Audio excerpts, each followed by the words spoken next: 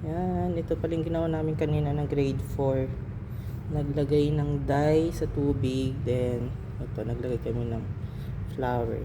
So dito, konti lang. Hindi pa masyado. Okay.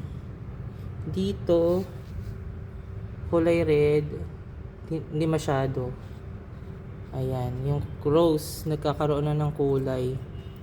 Yung rose, ayan o. Tapos ito, yan. Nagiging kulay blue na siya, oh. Nag-ano na sa kanyang ano, sa petals niya. Then yung rose din, oh, nagkukulay blue na. Ito po yung update. Kasi wala kang pasok, biglang walang pasok, hindi na nila nakita yung ano, yung experiment nila. Ayan po. Ayan. Ito naman pinagsama-sama ng isang group kasi isa lang yung baso nila. Ayan o, naghalo-halo yung kulay. Yan po. Mamaya check ko ito kung ano, kung magkukulay lahat yan. Magkukulay blue or violet.